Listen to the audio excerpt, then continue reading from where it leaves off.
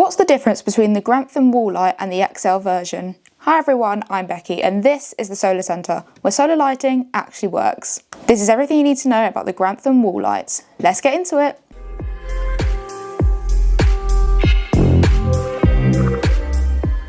The Grantham solar wall light provides warm white illumination at night and has been designed to withstand UK winters. This light is available in two versions. We've got the standard version, which is 15 centimeters tall, 11 centimeters wide and emits 60 lumens. And then we've got the XL version, which is 19 centimeters tall, 13 centimeters wide and emits 80 lumens. Let's open the box to have a look. So inside the standard version box, we've got the instructions, the screws, and the light itself. The XL version has all the same things as the standard version, except it comes with a USB cable, as this light does offer USB charging. This feature is only available in the XL version and not the standard version. You can access the USB port on the back of the solar light by unscrewing the weatherproof cap. Here is where you'll find the USB port. Then all you have to do is plug in your cable and you're ready to charge. To install these lights, you'll need to drill 2 level holes using the back of the light as a guide. Then drill the screws into the holes and slide the light down onto the screws. To turn your lights on, you'll need to press the on button on the back of the solar panel. Then your light should turn on at dusk and remain on for roughly 7 hours. Make sure you've charged the light in the sun for at least 12 hours before use, or if you have the XL version, you can use the USB charging. The solar panel on the Grantham wall light sits on top of the light,